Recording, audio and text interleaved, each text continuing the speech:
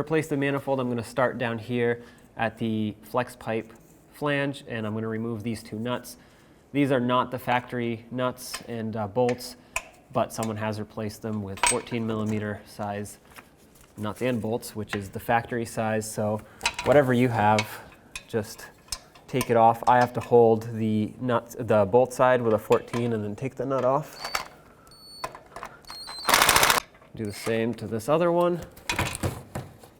These are actually lock washers, which when you do replace the nuts and bolts on the exhaust, from experience, I can tell you you're most likely going to need lock washers or lock nuts of some sort.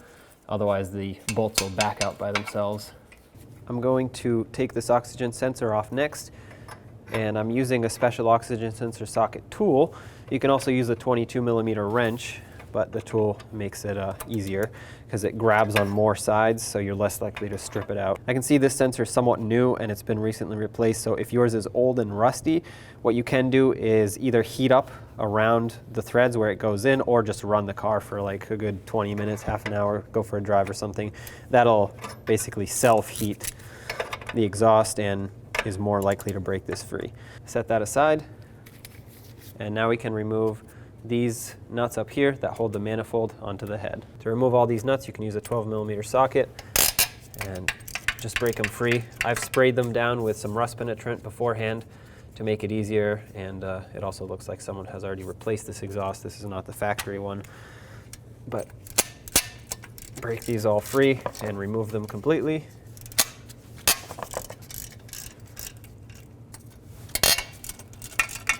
This one right here by the alternator is a little tricky to get to. You can use a wrench. Just once you break it free, the nut is going to come out, so make sure you don't get your wrench stuck in there.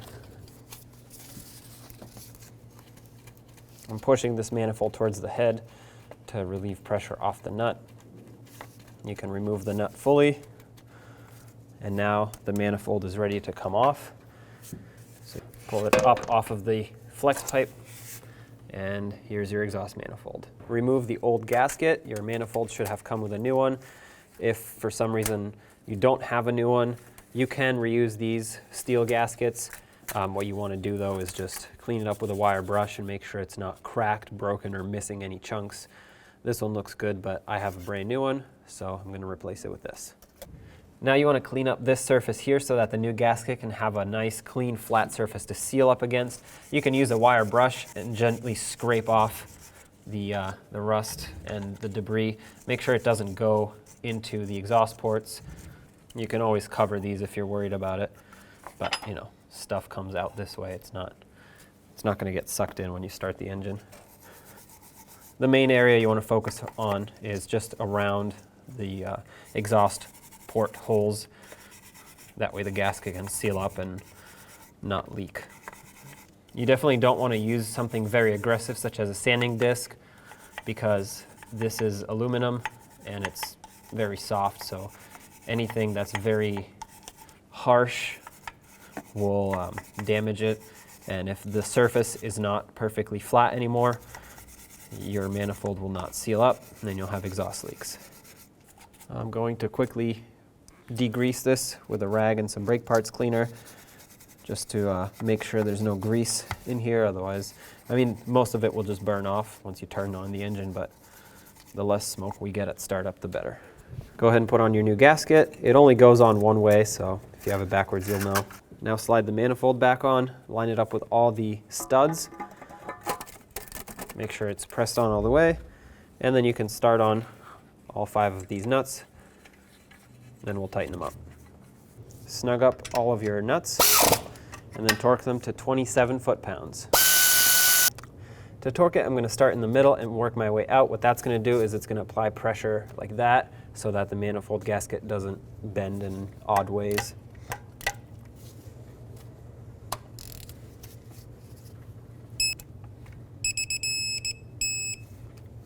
All right, and this last one by the alternator, there's no way I can torque that, so I'm just going to take my wrench and make it nice and tight by hand.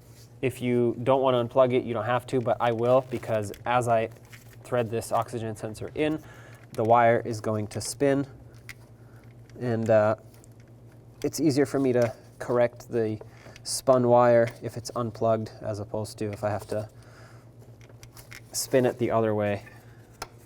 So like if you don't unplug it, you have to spin it this way a bunch of times and twist the wire so that you can then thread it on and not have the wire twisted at the end. That's what you want to avoid. You want to avoid twisting the wire if you don't have to. Put on your tool, whether you're using an O2 sensor socket or just a regular wrench, and make sure this is nice and tight. Just bottom it out, give it about a quarter to a half a turn after it's snug, and it has a little washer there that is compressible that'll crush and seal up. Now you can run your wire. Usually it has a little securing connector here. You can put that back in if yours has it, and then connect the connector, make sure it clicks, and now let's connect the manifold down underneath. One thing I just noticed is the new manifold has provisions for a heat shield. I don't have that heat shield because my old one didn't come with it, so if yours has it, you definitely want to transfer it over. Put a new gasket on this flange in between the manifold and the flex pipe. If yours is dirty, mine, I know it seems rusty on the outside, but up here where the flange is, it's actually pretty clean. So install that flange, and then you want to, this pipe actually sticks out, protrudes up a little bit so it can go into the hole of the manifold. So you want to make sure that it goes up and lines up. Threads on the new manifold are 10 by 125, so get the appropriate size bolts and just make sure they're long enough so they can protrude all the way through the threads. Start them on by hand, and then I'm going to snug them up. My particular bolts happen to be 14 millimeter heads. Okay, both of those are bottomed out. I'm going to use my ratchet and just snug them.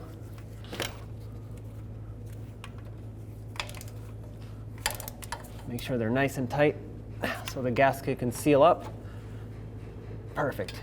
At this point, you want to lower the car and then run it and feel immediately after you turn it on. Stick your hand up in here if you can. Make sure you don't burn yourself. It won't be hot for the first like 20 or 30 seconds. So just feel for exhaust leaks. If there is an exhaust leak, you'll feel air coming out, in which case the gasket isn't sealing up.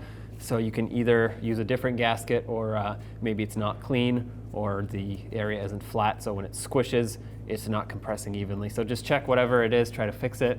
Other than that, you're all set.